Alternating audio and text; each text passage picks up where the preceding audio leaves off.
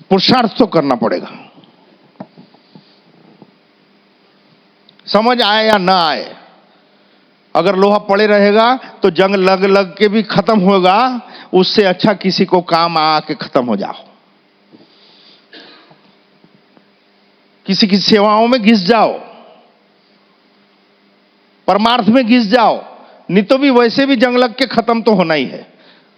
आप परोपकार करो कि ना करो, भक्ति मार्ग में चलो या ना चलो, मरने वाले तो हो पक्का है। और भक्ति मार्ग में चलोगे तो भी मरना है,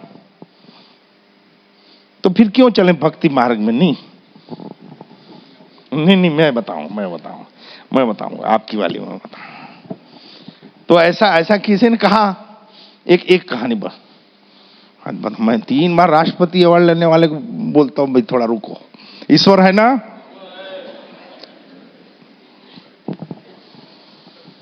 ऐसी थोड़ी ना मोटा होते जा रहा हूं। बड़े लोगों के साथ रहना तो बड़ा शरीर रखना पड़ता है।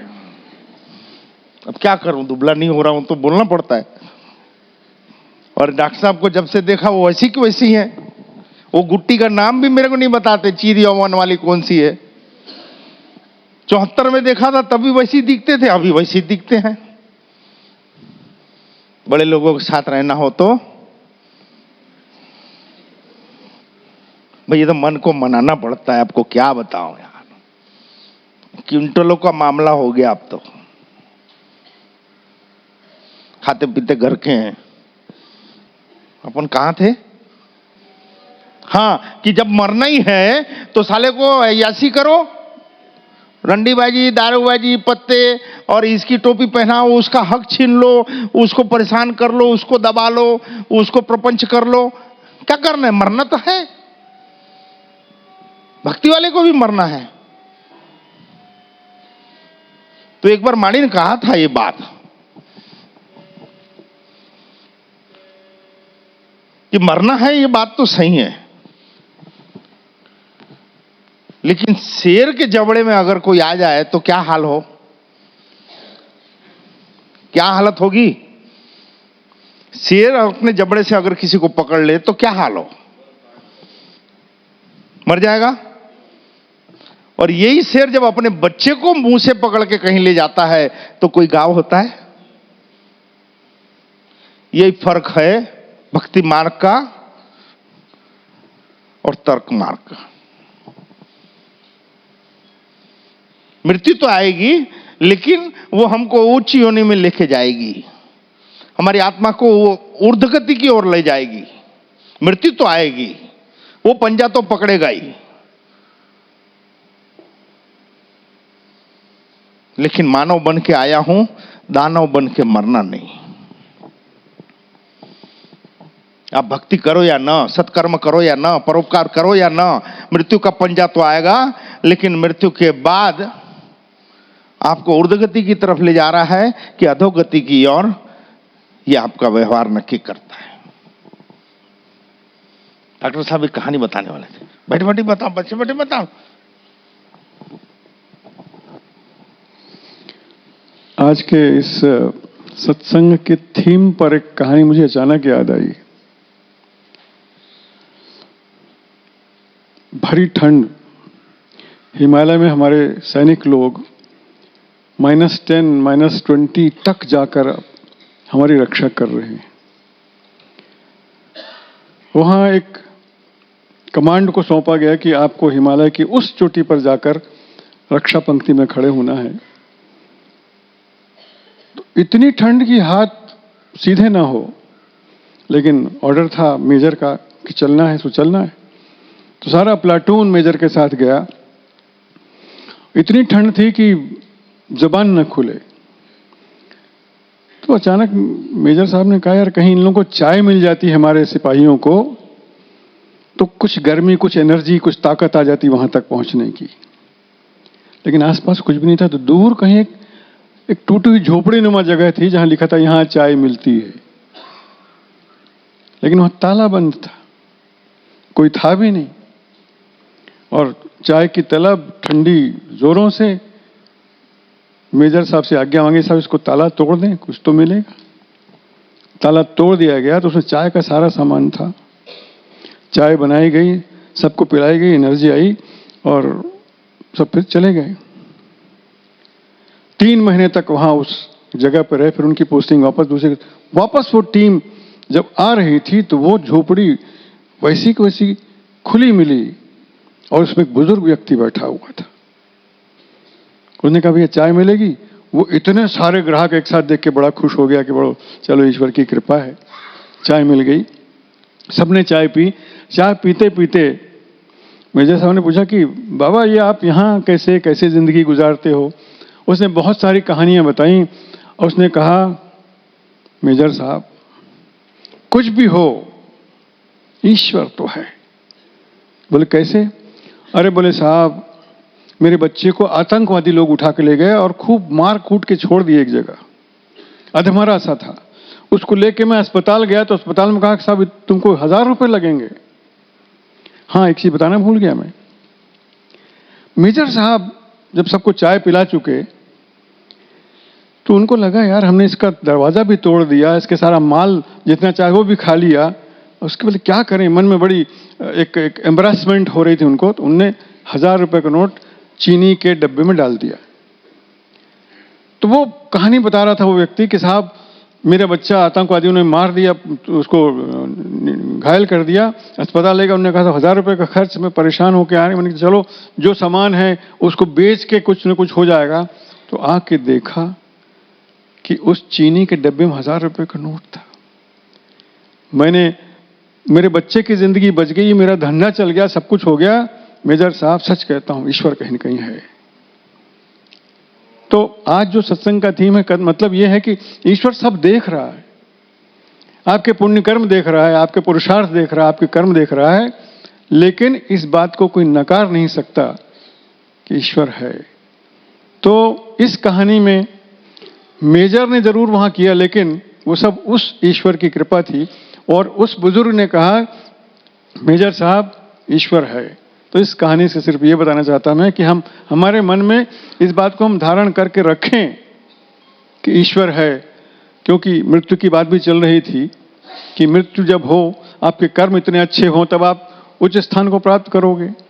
तो जब अच्छे कर्म करोगे, अच्छा पुरुषार्थ करोगे, तो जब मरोगे तो दूसरा कोई कहे कि मौत तू आ ही गई है तो एक काम कर, इस जिंदगी को आज तो झुक झुक सलाम कर, ईश्वर है।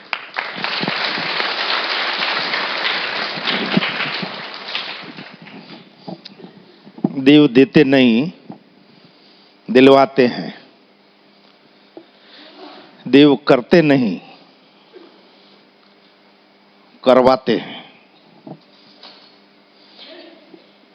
इतनी हमारी प्रज्ञा नहीं, इतनी हमारी चेतना नहीं, इतना हमारा तप नहीं कि हम उस तत्व को चलते फिरते देख समझ सके। उसके लिए हमको प्रोसेस करना पड़ेगा। मैं ये नहीं कह रहा हूं ये दुर्लभ है, मैं ये कहता हूं कि अगर मैं प्राप्त कर सकता हूं ईश्वरीय शक्ति की कृपाओं को, तो कोई भी प्राप्त कर सकता है। लेकिन क्या आपको ईश्वर की चाहत है? आपको ईश्वर की चाहत है? आपको ईश्वर से चाहत है कि ईश्वर से मेरा ये हो जाए, ईश्वर से मेरा ये काम हो जाए, ईश्वर से मेरे को ये प्राप्त हो जाए, ईश्वर प्राप्त हो जाए, इसकी कामना नहीं करते, इसलिए ईश्वर नहीं मिलता। हम संसार को चाहेंगे तो संसार मिलेगा, ईश्वर को चाहेंगे तो ईश्वर मिलेगा। एक बात और कहाँ है बच्चियों, एक केस आपको बताए। आज दो डॉक्टर हैं कि चिकित्सा विज्ञान को मैं जुठलाता नहीं हूं, हमारी चिकित्सा विज्ञान को जुठलाते नहीं है, लेकिन अध्यात्म की एक ब्रांच है, विज्ञान अध्यात्म की एक शाखा है, एक डाली है।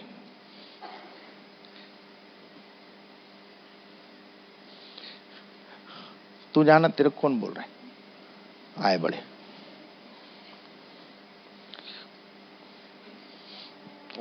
इसका पापा कहाँ है? हाँ। ये बच्ची माड़ी के यहाँ लगभग दो महीना 3 महीना कितना हुआ? कितना महीना हुआ? 4 महीने पहले आई थी। माड़ी को मिले थे, एक अर्जी की थी इन्होंने कि ये सफेद दाग, सफेद कोड़, बोले माड़ी इसका कोई चिकित्सा विज्ञान में कोई इलाज नहीं है।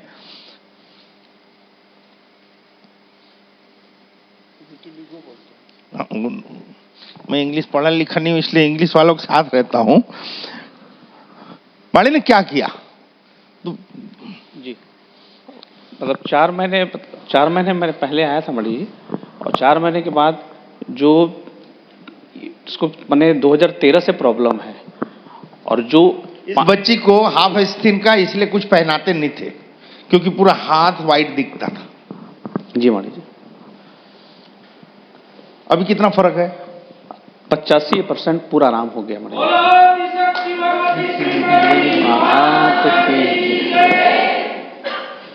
खाली माड़ी ने गोद में बिठाला और ऊपर से नीचे तक हाथ फेरा पूरे शरीर में। फिर एक समय के बाद आई तो माड़ी ने कपड़े उतरवा के इस चमड़ी पे माड़ी ने अपना शक्ति हाथ फेरा। ये हाथ में शक्ति नहीं है, ये हाथ तो मेरा ही है, लेकिन इस हाथ के साथ माड़ी का है। जो कोई कर न सके मां मेलोडी सब करके दिखाए। अब खुश हो? क्यों?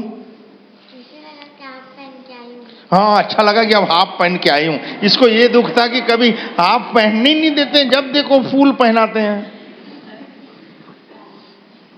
इसका फोटो भी लिए हैं पूरा। पेट दिखाओ ना, इधर डॉक्टर साहब फिलअप हो रहा है।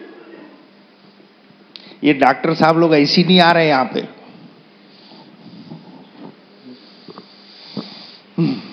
यस, माड़ी जैसा कोई नहीं, माड़ी जैसा कोई नहीं। अगर तू मेरा है तो तेरे कुशल क्षेम की जवाबदारी मेरी है। जगत का ठेका नहीं लिया। एक आखिरी कहानी बता दूं। आज कहानी बताने का बड़ा मूड हो रहा है, क्योंकि प्लेइंग नर्सरी में ही बैठते हैं यहां सब,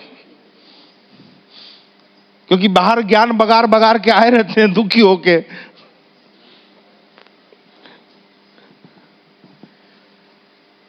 तर्क से ईश्वर को समझना असंभव है। ये तो मानने की शक्ति है। ये बुद्धि बल से, बुद्धि तत्व से समझने के लिए नहीं होता। ये तो मन से स्वीकारने की, हृदय से स्वीकारने की, समर्पण होने की शक्ति है।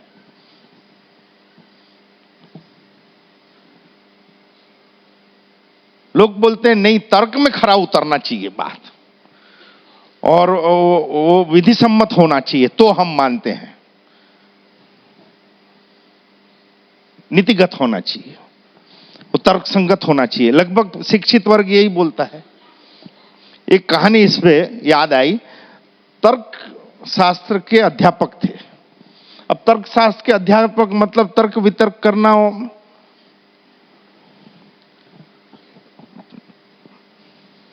सुनने के लिए तैयार हो ना? आखिरी जाए बस। हर चीज को तर्क पे खरा। उसमें एक विद्यार्थी फेल हो गया, तो वो विद्यार्थी प्रोफेसर के सामने चढ़ गया, ये साहब आप गलत किए साहब, आप मेरे को फेल कर दिया, बोले तर्कशास्त्र में फेल कर दिया। बोले प्रोफेसर बोले ये बेकार की बकवास क्यों कर रहा है भाई, तेरे को नहीं आता था तो फेल हो गया। अच्छा, सबको सब आता है? आपको सब आता है? बोले हाँ। तो बताओ ऐसी कौन सी बात है जो नीतिगत तो है लेकिन तर्क संगत नहीं है? और दूसरी, जो तर्क संगत तो है लेकिन नीतिगत नहीं है। और तीसरी वो बात बताओ जो नीतिगत भी नहीं है और तर्क संगत भी नहीं है। बोले प्रोफेसर टेंशन में आ गया यार। बोले देखो, नहीं बता सकोगे तो आपको मेरे को पास करना पड़ेगा, और पास भी ए ग्रेड। तो इसने ये तीन चीजें पूछी। कौन कौन सी? जो तर्क संगत हो, नीतिगत हो लेकिन तर्क संगत ना हो। ध्यान देना, नीतिगत हो लेकिन तर्क संगत ना हो। दूसरी, तर्क संगत हो लेकिन नीतिगत ना हो। और तीसरी, नीतिगत भी ना हो, तर्क संगत भी ना हो। अब वो सर खजवा लिया, नहीं समझ में आया। बोले नहीं समझ में आ रहा है, चलो पास का रिजल्ट दो, ए ग्रेड। प्रोफेसर दे दिया, भाई साहब तो चले गए खुश। अब ये टेंशन में साला तर्क शास्त्र का मैं प्रोफेसर, इतना नाम मेरा, इतनी पद और प्रतिष्ठा मेरी, और एक लड़का बोले बता, और एक भी सवाल समझ नहीं आ रहा है। टेंशन में बैठे थे टीचर रूम में, दूसरे प्रोफेसर आए, बोले हाय हेलो क्या हालचाल है भाई। तो ये तो टेंशन में कुछ जवाब नहीं दिए। बोले क्या बात है प्रोफेसर साहब, बहुत टेंशन में। बोले अरे बोले एक बात समझ नहीं आ रही, एक लड़का 3 सवाल किया, मेरे को समझ में ही नहीं आ रहा है। मैं तर्कशास्त्र का प्रोफेसर हूं, अब उसका अहम बहुत पोषित हो गया था कि मैं किसी को भी तर्क वितर्क करके चुप करा सकता हूं। कि जो नीतिगत हो लेकिन तर्क संगत ना हो, ऐसी बात। जो तर्क संगत को हो लेकिन नीतिगत ना हो। और तीसरी, नीतिगत भी ना हो, तर्क संगत भी ना हो। बोले ये बात तो बोले मेरे समझ में नहीं आई। वो पास का सर्टिफिकेट ले गया, ए ग्रेड। दूसरा प्रोफेसर बोले ये कौन सी बड़ी बात है, मैं बता देता हूं। बोले हाँ आप बताओगे। बोले आपकी उम्र क्या है। बोले 63। आपकी घरवाली की, तो बोले 35।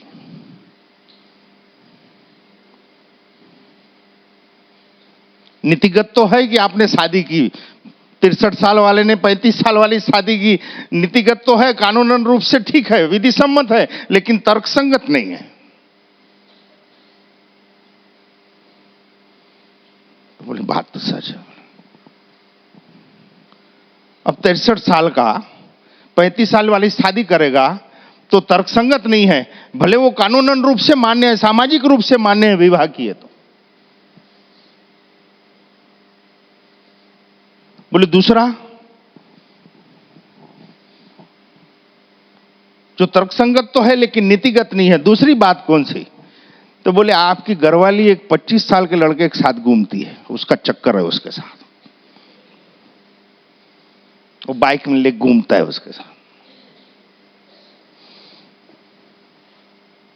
बोले तर्कसंगत तो है, 35 साल की औरत 65 साल वाले के साथ तो नहीं भी जमे भाई, और नहीं जमेगा डब्बे के साथ।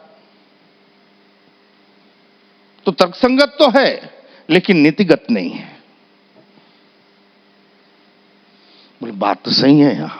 वो तीसरी, बोले बाइक में लेके जो लड़का घूमता फेल हो गया था, उसको आपने पास कर दिया। अब तुम उसकी बात का जवाब नहीं दे सके, उसमें रिजल्ट पास का देने की क्या जरूरत। बोले न नीतिगत है न तर्कसंगत है। बोले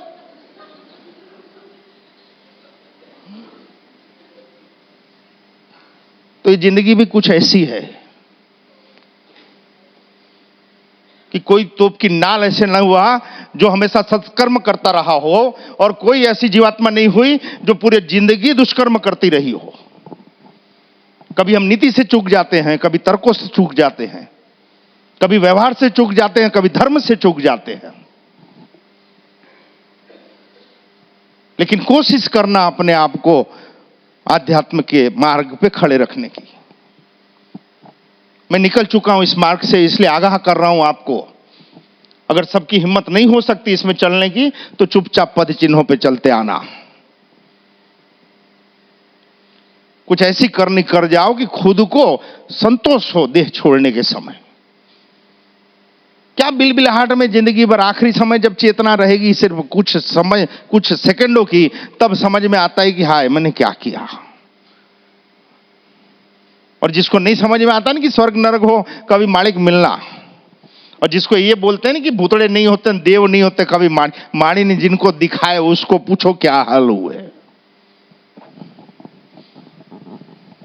किसके किसके नाम लें, ये तो प्रकट शक्ति है भैया। माड़ी पूछते हैं तेरे को दुख दूर करना है कि दुख का कारण जानना है, तो कुछ खजवाने वाले बोलते हैं तर्कशास्त्री हमको देखना है क्या है, तो लेते तेरे घर में तेरे बूतड़े। आपको मालूम है बेटा, माड़ी धाम मात्र 2 शक्ति आपको लाती है, आपकी पितृ शक्ति, आपके पितरों और आपके देव।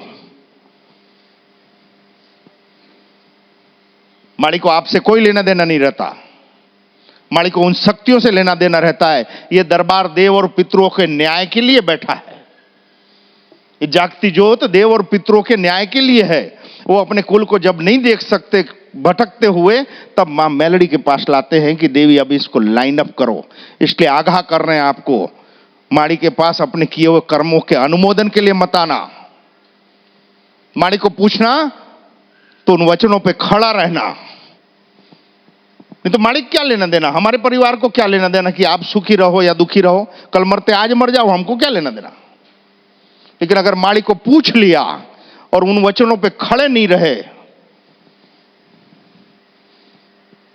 तो जीने लायक छोड़ती नहीं और मरने देती नहीं। मां मेलडी की मार मतलब, कुत्ते को देखो क्या गर्दन के ऊपर घाव होता हुआ, कुत्ते को गर्दन के ऊपर घाव हो जाए तो जो हालत होती है तो समझना मेलडी की मार है। न खजवा सकता है, न चाट सकता है, न वो रह सकता है, न सो सकता है, न जी सकता है। इसलिए माड़ी कहते हैं दोस्ती दुश्मनी दया, दोस्ती दुश्मनी दया दान और देव बहुत सोच समझ के करना। मां मेलडी को समझे बगैर आगे मत बढ़ना। और गुजराती में कहावत है, मकोड़ो मगर और मेलडी पकड़े नहीं, ने पकड़े तो छोड़े नहीं। क्या क्या? मकोड़ा मगर और मेलडी, पहली बात तो पकड़ते ही नहीं, हाथ ही नहीं पकड़ते, और अगर पकड़ लिया तो फिर पार ही लगाते हैं, फिर वो शरणागत हो तो भी प्यार लगाते हैं, और अगर कोई खजवाने वाला दुष्ट आत्मा हो तो उसको भी निपटाते हैं। आप सबको बहुत बहुत प्यार। जय मणि।